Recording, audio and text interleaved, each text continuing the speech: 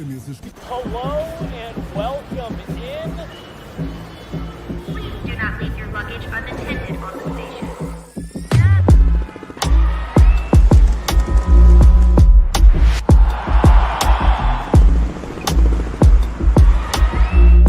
Welcome to the show. Oh my goodness. That said 4-0 Buffalo at one point. Megan, oh my goodness. What a game. You and I at the second intermission said, well, hey, you're not out of it. You're still in this game. You got a chance if you can come out and get one early. The Avs got 3 early in that game, tied it up before the 10-minute mark, and had almost 12 minutes to work with to get this one done. Not only do they get this win after trailing 4-0, it doesn't really matter because you were playing an Eastern Conference opponent. They don't even give up a point to the Buffalo Sabres. Scott Wedgewood is perfect in this game. Megan, a lot to unpack here in this one. Guerilla Sports Off Ice post-game show powered by our great friends over at Trusted American. Go to trustedamerican.com. See if they can help you get a lower monthly interest rate and lower your monthly mortgage. Not have to make any payments till February. Trustedamerican.com. Megan, let me just get your kind of, if you can put any words together at this point, sweeping overall thoughts on what we just saw the Avs overcome a 4-0 deficit to win 5-4 in regulation.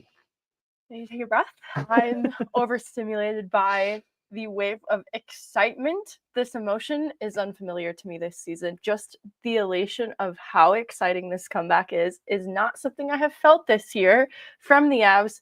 It feels like this is what I expect from Avalanche hockey. We talked about Wedgewood's comments in how this is how the league feels about Colorado, that you can never count them out because they always have this knack for climbing back into games, and they've had to push to get back into games that they had every business winning. After this first period, they didn't really have business winning this game. They just needed to play with a little pride. For them to come out with the win on top of it all is a sweet bonus and a testament to the hard work, because they had to work extremely hard. Buffalo did not completely back out of this game. Now, if I'm Buffalo, this is a total collapse, and I'm extremely frustrated with the result. But the high danger chances still finish in all situations 18-10 in favor of the Sabres. Obviously, a lot of that fueled by a great first period from them where the Avs just didn't play very well. But Buffalo never completely backed out of this game. No. They pushed extremely hard once Colorado got the goal lead later in the third period. But it's pure hard work and compete from the Avs. Players like Nathan MacKinnon finally break free from the chains of their goal-scoring drought. A 9-shot game from Nathan MacKinnon. I think it was Rycroft who used the word video game speed to describe what Nathan MacKinnon did in this game. And I think it's really important to key in on some of the important players who played a huge role in this Avs comeback. Nathan MacKinnon at the top of that list, but I'd be remiss not to mention Scott Wedgewood. Not allowing any goals to give them at least a chance. You're 100% right. And we are going to talk plenty about Scott Wedgewood in this post-game show. But I want to talk a little about Nathan MacKinnon and just the change that the Avs made. And again, I don't necessarily know if they did anything different structurally, but the effort, the compete, the determination, the desperation that they came out with starting the second period. This was the version of the Avalanche team, Megan, that we talk about all the time. That, to your point about video game mode, Nathan MacKinnon, I made the comment right before they said that. I said, because they were mentioning on the broadcast, every time Nathan MacKinnon touched the puck after the game was tied, they said, oh, Buffalo's sending 3 guys to him now. And Megan, I looked at you and said, I don't think it matters. When Nathan MacKinnon is playing like this, you could put 5 guys on him. It just does not really matter. The Avs just took over and imposed their will, and there was nothing the Sabres could do to stop it. And like you said, we're going to talk plenty about him, but you can't tell the story of this game without Scott Wedgewood coming in and settling everything down. Not being the first star of the game, not playing spectacular, not making 10 show-stopping saves, but just being solid, covering pucks, slowing the game down a little bit, and allowing the Avs to get back in this one. But again, you look at even the game flow of how this game went from start to finish. I'm with you. It did not feel like a real score effects heavy game. To me, this was just the Avs taking over and the Sabres not in any way being able to stop it. Not having an answer for it. When you look top 6 to top 6, the Avs are so top heavy, even with such a depleted lineup, that you expect them to be able to contend with any goal scoring that Buffalo could provide. So if Buffalo shows up and says, we'll have a 4-goal period, the Avs, with everything that they're built on top with a Rantanen, a McKinnon, and Arturi Lehkonen, who plays great tonight, Yes, should be able to say, okay, we can also respond with 4 goals. And it takes a village. I think Kiviranta has that great chance in the second period that I kind of poked fun of, but that line came alive with the help of Logan O'Connor and hard work from Kiviranta to also be key contributors, because 4 goals often don't get scored alone. And it was hard work, obviously, from the top line, who had a rough first period, but turned things around, but also some of the depth scoring stepping up in that place as well. I also want to talk about something that we're actually seeing right now on the screen, that not only was it the Avs turning things on offensively and the players that you just named, this really was a full team effort. I thought after that first period, all 4 lines were going, all 3 defensive pairings were going in positive directions. And 2 plays in particular, one from Mikko Rantanen, one from Devon Toews, coming back on breakaways to help. Scott Wedgewood still had to make saves, but they were saves made much easier by just effort, putting your head down, digging in, and back checking and getting back and helping your goalie out, making a play. The Avs, like I said, they dialed things up, not just on the offensive side, not just when the puck was on their stick and they could buzz in the around Ukko-Pekka Luukkonen. When plays were going the other way, they were getting back and not giving the Sabres much. To your point, Buffalo, especially in that last minute, they get plenty of good chances. Scott Wedgewood has to come up big twice in and around the net on backdoor plays. But more or less, the Avs did a great job at both ends of the ice, Megan. Wedgewood finishes with expected goals against 2.7, nearly 3 goals expected against him coming in as relief, and he allows 0. None. It's a testament to some of the chances that were allowed in the net front, a few also from distance, and he made saves a variety of ways. And this is what I liked about him, is there wasn't any particular way that seemed to expose a vulnerability of his. Mm-hmm. He was covering pucks. He was kick saving, pad saving, glove saving pucks, and there was, just to your point, compete. Yes. He was scrambling, not in the sense that he's always scrambling, but scrambling is needed. And I really appreciated that athleticism from him. But I think it also gave the team so much confidence playing in front of him, because they saw that he was also competing to see where those pucks were coming at any given point, and he was pretty successful. Well, and not only does it give them confidence, but it's one of those situations where when you see a guy like Scott Wedgewood coming into this game and battling, even though he comes in a bad situation, the team is way down, the energy is down, the vibes are down, whatever you want to use to describe it, the morale is down. He comes into this game, and when you see him competing in a game that feels like it's potentially out of reach, well, that gets a lot of other guys who want to activate and say, yeah, we're going to put that same effort forward. He's going to battle like that for us. I'm going to dig in extra hard on this back check and make sure that I'm battling for him.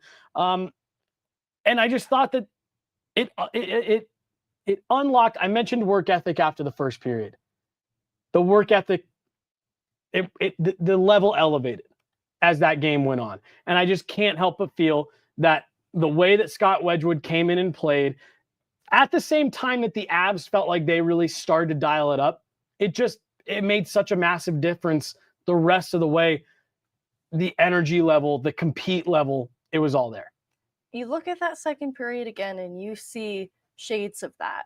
We talked about angry Nate, and there wasn't a specific moment where Nate was visibly angry, but I love to see coming into that second period, even though they are down 4 goals in this game, he is still competing. And it starts to reward them, but not enough in that second period. But it's unwavering. And they go into that third period as a group, but especially led by McKinnon in that relentless pursuit of the puck. Mm-hmm. And finally, they start to break through a really good goaltender in Ukko-Pekka Luukkonen. UPL was having a really good game, but you pointed out at the start of this show, exactly what Scott Wedgewood just told us 2 days ago. when you play against the Avalanche with the high-end talent that they have, they just are never out of it. You can feel like you're solidly in the lead. You can feel like you have them put away, and they're just never out of it. You know who else is never out of it now? Briggsy, newest member, Guerilla Sports. Welcome, Briggsy. New YouTube member. Again, we have the disco lights all set up on the pod. On the pod. We owe... Don't tempt me with a good time. We got 2 disco lights that we owe next time we get back over to the pod. Thank you, Briggsy, for being a member. We love you guys here. Chat's filling up with little green check boxes next to people's name. I absolutely love it. Scott Wedgewood, we talked about it this afternoon on the pod. He was brought in here to put cold water on the situation and say, here's your backup. He can come in, know what he's going to give you. He's still the backup. That's why he's here. That's what his entire career says. But Megan, this was a quintessential Scott Wedgewood or equivalent, Pavel Francouz. One of these just like a backup goalie that can make a difference. That's what tonight was. You've got to feel really good for Scott Wedgewood. I do, because I want to go back to the conversation we've been having all season about the team playing differently in front of a goaltender depending on their confidence or lack thereof in him. And it's something, if you ask a player, they're not going to readily admit. But even looking at Calvin DeHaan's game, he has a rough start to this game. He's responsible in different ways and not single-handedly for at least 2 of the goals against in that first period. But his third period was incredible. He was just as much a contributor and impact player in the creation of some of these goals now for the Avs that I want to shout out the turnaround in his own individual game. Mm-hmm. And some of that is, credit owed just to him as the individual and being able to turn around what was otherwise not a great start to the night. Yep. But I have to imagine that having a little bit of confidence in what the team is doing and the stability that you're getting in net also allows you a little bit of relief from some of that pressure when maybe your individual game wasn't quite where you needed it to be. He made that play late in the game that ended up leading to the game-winning goal that I looked at you and I said, what is he doing? Because he walked about 20 feet, then made a pass that I was like, not the right pass, but it ended up being a pass that got the Avs a good look. It led to a net front scramble, which eventually led to that puck coming out, them getting a shot on net, and Arturi Lehkonen punching it in. So to your point, he found a way to collect his game and get things going in the right direction. He ends up factoring in big late in the game, right when the Avs needed it. Just real quick, folks, remember, either on Twitter, we both put out calls for questions, comments. We will wrap up today's show, as we always do with our post game, by answering your questions, your comments. So head on over to Twitter, or you can just start dropping them in the chat. We'll star them as we see they come in. But we want to make sure that you guys get a chance to get in on this post game as well. Get your thoughts heard, get your questions answered. I wanted to say 2 nice things about Calvin DeHaan before we abandon his topic, because it's not the story of this game, but it's an important piece in it. On the Kiviranta goal, they're trying to break out the puck from their own end, and he actually forces a turnover from Buffalo along the wall to allow them to exit. Kiviranta is the one who exits with the puck. O'Connor's the one who makes the entry, and he's the one who's the trailer, puts the puck on net. Kiviranta cleans up that rebound. Then in the Lehkonen goal, there's that insane pass across the slot. That passing play gets stopped, but he has another shot on net. Lehkonen cleans up that rebound. Just great play from DeHaan. Factors on 2 goals that obviously were very necessary in this game. I wanted to shout him out. I'm glad I could tell you had more to say. I just wanted to make sure I got in the question. So I'm glad you, we have one of my favorite super chats I've seen in a while. $5 from Dean Portman. First of all, just an A1 YouTube username. Dean Portman, number 21. Scott Wedgewood is the first and last name of all my future children, regardless of age and gender. Yeah. Same. I'll throw one in there too. He was fantastic tonight. He did exactly what you needed him to. Again, I don't want to keep repeating that over and over again. But he did what you needed him to do. And you don't win this game without Scott Wedgewood being able to come in and just settle everything. Alexander Georgiev gives up that second goal and he's smacking it back into the net. He gets pulled and he goes to the bench and he's throwing stuff and he's pissed. Scott Wedgewood was calm, cool, collected. And again, I want to make sure that we reiterate. Scott Wedgewood would tell you this himself. He's he's been a journeyman backup. He's been around. I'm not going to say, oh, make him the starter. But like, I think he absolutely earned probably the next game on this trip. And if he's going to play like that, and if he's going to bring that type of presence to your team, then you feel really good about making that move. And it's going to buy you some time to figure out with what you want to do with Alexander Georgiev. We can have that conversation at some point in this show. I don't know if anything immediately changes overnight.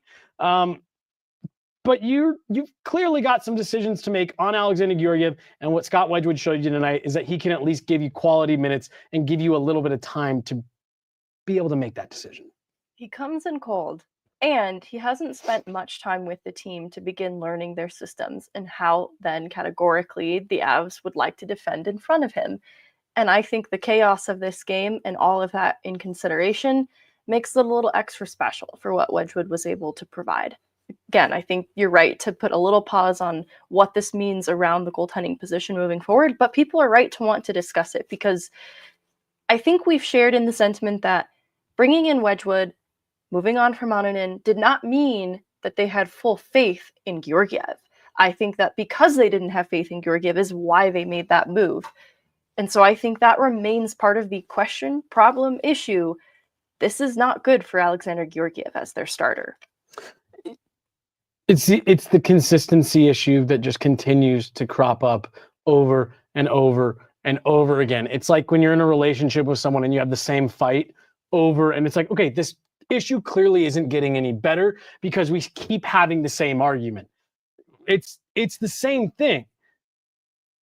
It's every time, like, you can't even really feel all that good about good Georgiev games where he stands on his head and he plays really well and he holds the other team off the score sheet, because you just sit there and you go, okay, well, that was tonight. What are we going to get tomorrow? And this game honestly felt so similar at the outset to the game in Tampa. The difference is when Alexander Georgiev went in on that game, yeah, he battled, but he couldn't stop the bleeding. Tonight, Scott Wedgewood came in and I think made all of the saves you want him to, and 2 saves that you probably weren't expecting him to. And that is all you are ever asking for out of your goaltender. Your backup goaltender. Your backup goaltender. I think that's what punctuates why Georgiev's good games don't stand out as particularly great, because that's what you're supposed to do as the starter. Your backup's capable of doing it, so you have to at least, that's the bare minimum baseline. It's a little bit tough where the Avs are at with goaltending, but that isn't new, and I know everybody in the chat also knows that too. This is a safe space. It's Georgiev has bangs. Yeah, I saw that one.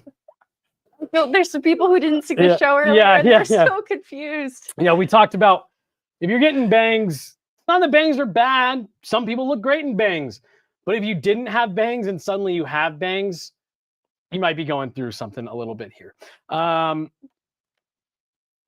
There's so much to feel good about in this game, Megan. You pointed out the fact that I think everyone feels really good about Scott Wedgewood right now. I think that's pretty much a given. I don't know if we need to talk a whole lot more about it. But you mentioned the fact that you got depth scoring. Logan O'Connor gets on the score sheet. Yoel Kiviranta gets on the score sheet. And then that's complemented by an outstanding Nathan MacKinnon game.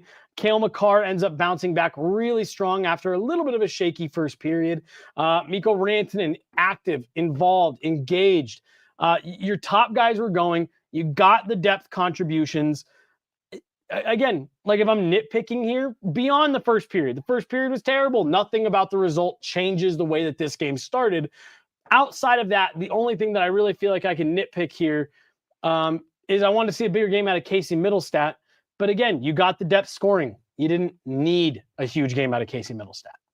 I think it is worth noting, though, that we see some of the line changes, especially in the top 6, get a bit of a makeover as a result of just not really feeling what Casey Middlestat was doing in the night that he was having. I think that happens to players, but it is sad to see it against his former team where you had hoped for a little bit more of a showing from him. And I'm on the flip side, so happy with the way that Kovalenko seized opportunity inside the top 6 tonight, but a little sad to see Casey Mittelstadt not make a bigger case for himself because he has been going through a little bit of a tough period. It would have been a great opportunity for him to bounce back and be a part of this team coming back in this game. It would have been nice for him to, like you said, to have factored in on that, but I'd be willing to bet right now he doesn't really care. Megan, the Avs will go on to Carolina here next, where they'll continue this road trip. And, you know, we talked on the pod this afternoon saying that, hey, the Avs haven't even played one game, so we're going to stop way shy of saying that they should be, you know, coming home 5-0. But this is a game that you need to use as a springboard to having a solid trip here. You've got some tough games coming up. This is a game that not only are there so many good things that you can look at and build on, there's also a lot of things you can look at in this game to fix and to clean up and say, we're not doing that again. Before we get to questions, as we begin to slowly wind this show down, what other thoughts do you just have on the game before, like I said, before we get into questions? I think you kind of alluded to this in shouting out the great coverage on Taves on the breakaway against Peterka, but I do think that overall the defense stepped up in a big way to impact this game in a positive way beyond just Taves playing that so smartly as not to draw a penalty, but Gerard beats Peterka to a puck on the Logan O'Connor goal, and DeHaan, obviously, as I talked about earlier, turned his game around in a big way. Some good plays from Malinsky. I remember hearing on the broadcast in his own end to also suppress some chances and make Wedgewood's workload a little bit easier. So the defense stepped up in a way as well because they needed to turn things around from that first period. Love it. I think that's perfect. Want to go to some questions here? Let's do it. Let's do it. All right. I'll start with the first one. I'll give you a second to pick some? To go through here. And Megan, you're never going to believe it. There's a lot of similarities here. A lot of goalies, a lot of goalie questions. But here's one that I do find interesting and one that really I can't fully answer. It says, does anyone actually talk to Georgiev after that game, or do they pretend he's just not there? I don't think it's necessarily pretending he's not there, but there's a clear hero in this game tonight from a goaltending perspective, and it's not Alexander Georgiev. It's not that I'm sure guys ignore him. Here's the other part. 4 goals in the first period are a lot easier to forgive when you win the game. You know? So, like, it's kind of like Charlie Lindgren and Washington last week when he shoots his own goal. Shoots the puck into his own net, but the Caps come back and win. So you can be like, funny, right? I don't necessarily know if it's quite the same thing here, but yeah, I'd be willing to bet a lot more of the conversation in the locker room right now is about Scott Wedgewood and not Georgiev. I think what's interesting is Georgiev going to the bench when he's been pulled and throwing a bit of a tantrum adds to follow-up conversation. It's not just that he allowed 4 goals in the first period and was clearly frustrated on the ice. He threw a tantrum afterward. But that's where I do wonder if there is a follow-up conversation, because who are you mad at? Yeah. You said that too when he got pulled. You said, who are you mad at? And so I could see that rubbing teammates the wrong way because it's happening at the bench. So they're seeing it front row seat similarly. And I have this thought of, on one hand, if they talk to him, that's obviously an uncomfortable conversation, probably won't go over well, probably doesn't receive that criticism super well because of how wired he is and just kind of what we've seen from him before. But the other thing I wonder is, if they don't say anything, is that actually worse? Is apathy worse? If you are in such a bad way with your goaltender that you don't even need to talk to him at the end of a bad game, is that where the disconnect is so far gone beyond repair that it's a different sort of problem? And I'm not in that room, so I can't tell you which of those two, if any, it is, but none of them sound particularly good. And it all boils down to the way that Georgiev emotionally responds to bad nights. Unfortunately, because he doesn't draw upon that in a productive way, I find it hard for the team to have really productive conversations around it then as a result. Right. Productive, I think, is a key word there. Here's one from the chat. Question for Jesse and Megan. What's your take on this 4 Nations tournament? Do you think it really matters and will players take it seriously? Any chance Taves at 80% sits out and rest? I do think players will take it seriously. I'm excited to watch it. I don't really think it matters. I think the players care more about Olympics. I'd be surprised if Taves sat out. I don't know how many chances he's going to get to play for Team Canada. Alongside likely Right. Cale Makar. I think that's what makes it difficult from the All-Star game, where I would be quicker to say that he would just sit it out if there was somehow, a reason he's being sent to it. But because of that, I could see him going and playing. Yeah. And I understand it does seem like he could benefit from the rest. And the Josh Manson and Shillington injuries alongside it throws a wrench in things, because before that happened, we were looking at how deep they were on the back end and how they could just rotate guys in, and maybe that could spell for some time off for Taves at some point. Right now, with Manson and Shillington also out, I don't think that is an option, but my hope is that is something coming out of the Four Nations tournament that they can evaluate based on how healthy they're looking on the blue line. Love it. Before I go to you for some questions from you, I do want to remind you guys about our great friends here at Trusted American Mortgage. How would you like to get through the holidays without having to make your monthly mortgage payment?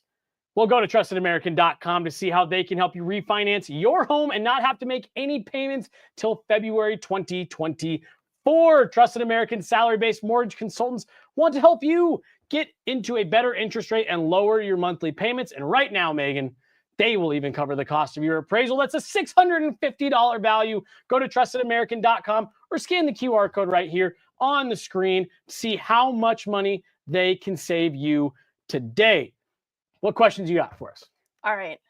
This one we talked a little bit about during intermission, but I did want your take on it. It was Robert way earlier in the chat. Camargo, can we talk about that goalie interference challenge? I think the Druin goalie interference call several games ago was way softer than the amount of contact there was between Gorgie and Thompson.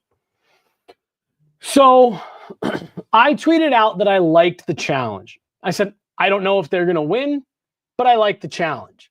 For the exact reason that you just listed, Megan. I felt like we had seen that call once in the Avs' favor, once against the Avs earlier this season, get called back for the same amount of contact in the blue paint. And what they had determined multiple times this season is that impedes the goaltender's ability to make a save. And I'm okay with that if you call it consistently.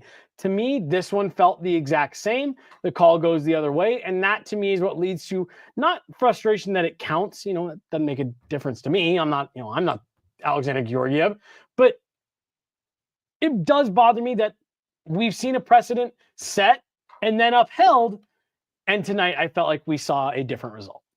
I think what bothers me, too, is, and maybe there's some Avs-colored glasses on right now, compared to the Druin call, where there is the contact with the goaltender, I feel like there's 2 points of contact of Thompson to Georgiev's skate that I can pinpoint and see where it would be impossible for Georgiev to move backwards as a result of Thompson's skate being behind his. That's what makes it really blatant in my eyes, but I might be seeing things a little biased. And they got the winning result, so they're probably not going to think too much about the inconsistencies and how that's called. And it's frustrating, right? That we've seen some pretty weird things not go the Avs' way, not only in Ball Arena, but now it's traveling with them on the road. So true. I'm going to grab one here. Can Wedgewood be a temporary starter until we're able to replace Georgiev? Megan, you mentioned it on the pod this afternoon that Scott Wedgewood has shown at different points in his career that he can play games in succession. Last year, I believe you said he played 12 or 13 in a row. 12, 13 in a row as a starter. So could he do it? Sure. But I do just want to remind folks, pump the brakes just a little bit. I think there's plenty of reasons to feel good about what Scott Wedgewood came in and did tonight. I think he immediately showed his worth in this trade and why the Avs made a move like this for Scott Wedgewood. The goaltender market is still expensive. The Avs are still in a desperate spot for a goaltender, and other teams are still very well aware of that. So I think he's giving you options to give him a couple more starts, to not have to go to Alexander Georgiev as regularly. But nothing has changed from this afternoon in terms of where the goalie market sits and how difficult it will be for the Avs to get a move made here, to bring in a goaltender that is a clear upgrade on Alexander Georgiev or Scott Wedgewood. I'm just peeking at other goaltender contracts around the league, and it is, as I would have feared, coming in at 3.4 for Alexander Georgiev. He is among the cheapest options for a starting goaltender.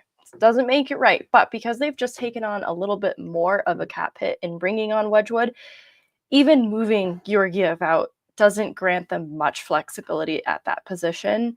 It's going to be, I think, a multi-layered deal if they do move forward with one. And that's why, to your point, I'm not writing off that they would consider it. I don't doubt that they've been considering it for a little while, since the start of the year. The opening 10 games, I think, is when this really was lost for Alexander Georgiev in terms of trust in the organization, because Justus Annunen was able to entertain being a starter goaltender. At least briefly. We know that the trust wasn't quite built there.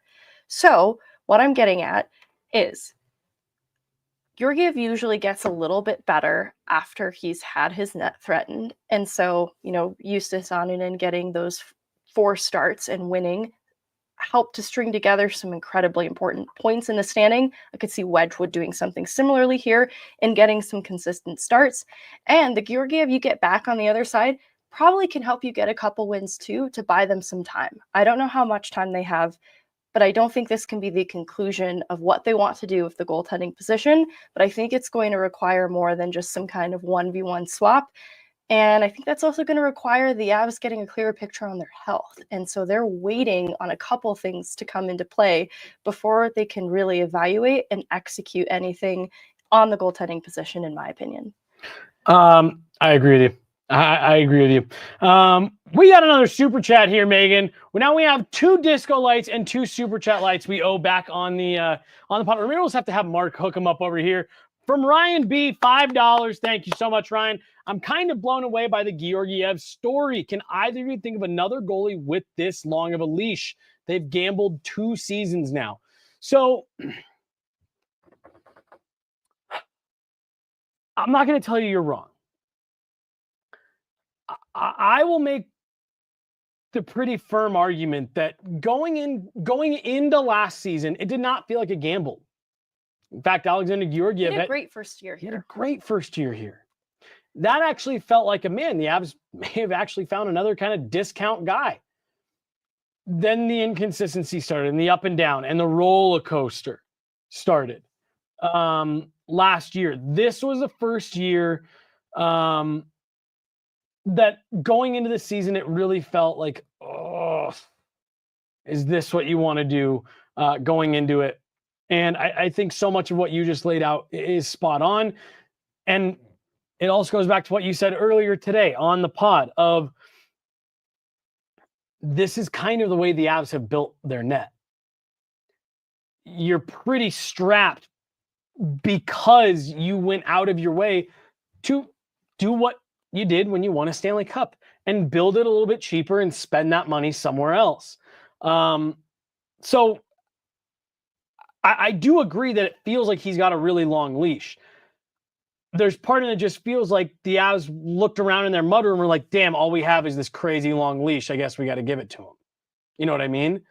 And maybe they're trying to find another option. Maybe they're trying to find a shorter leash. But I think for right now, the reason Alexander Georgiev has continued to get this much leeway is that's really kind of their only option. I can't remember in the chat, someone just said it, like you shouldn't need tricks to get the best out of your goalie, and they're 100% right. And this is where I feel a little bit defensive of Jared Bednar. Like, Jared Bednar, get behind me, because he has had to come in front of media and say, Georgiev's our starter, because they don't have other options right now, but they do need to win games. Mm-hmm. They need to accrue points for the bigger playoff picture. And so right now they're handcuffed to Georgiev. So if that means parading Jared Bednar in front of media and saying, Gorgie's our starter, we're Yeah. fully behind him, then he's going to have to do that. It's their best option to try and string together wins right now. And they're still trying to come up with other ways and backup plans to the Georgiev conversation with a Wedgewood, bringing in some stability. So it's not that alone, but that's where I feel a little bad for Jared Bednar. I don't know that he's saying that with his full chest and believing every word of it, but he has to say that. Well, and that's the other part of it too. He has to say it. He has to say it. Let's go one more question each, and then we'll jump out for the day. I'm going to pull one here that I hope what I'm about to say isn't a mean answer. This was from our girl, Katie. Which realistic line mates can help Middlestat break out of his funk? This is on Casey Middlestat right now, Megan. He has skated with Mikko Rantanen in the last week, Val Nichushkin today, Arturi Lehkonen at points. Jared Bednar has put him out there with Nathan MacKinnon. He's playing with power play 1. Casey Middlestat needs to go dig his way out of this. Do you feel the same, or do you feel like he has had a rotating cast of line mates? No doubt about it. Casey's got to get Casey going here. Absolutely. We've seen Casey find success with Lehkonen in the past, in particular last year, so we know that is a formula that could work. But similarly, he's played with Kovalenko probably a little more than some other players that have been in that revolving cast of line mates. So I don't mind seeing him continue to play with Kovalenko so long as it doesn't come at the expense of Kovalenko. I think in a game like this where they are desperate to get some goals, they couldn't afford to keep that together and allow Casey to just continue figuring it out in this game. But I do see them going back to some combination of Kovalenko, Casey, Val Nichushkin, because there isn't any reason right now it shouldn't work. I do think it comes down to Casey sorting through it, and I think that he needs a little bit more runway and time to do it in a game, and tonight just wasn't the one. They couldn't afford it. I'm with you. Before you get to your question, we got another super chat here. This one from Miss Truly, longtime listener. Miss Truly, it's great to see you both. I'm loving it. The Georgiev roller coaster must stop. I'm getting queasy on it. No. Cheers. Miss Truly, great to see you. We now owe you a super chat light party on Friday. We're getting backed up here. But Megan, she is right. Whether they trade him or not, the roller coaster has to stop, whether that's him stopping it or the Avs making a move and getting him out of town to stop the roller coaster. You just can't keep doing the ups and downs. No, it has a toll on the team in front of him, and the morale and the confidence. And it shouldn't. I agree, but it does. I know that he was going to be UFA at the end of this year, but I think that this year is punctuated. They need to resolve this much sooner than the summer. They need a different answer. I don't know. I feel bad even saying it because I think that there's a part of me holding out hope for Georgiev.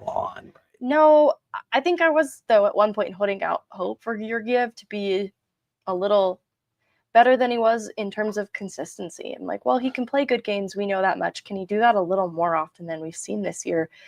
But at this point, the highs and lows, the roller coaster, that's too risky. They can't play a 7-game series and make it to a Stanley Cup final with that kind of unreliability. Not knowing what you're going to get.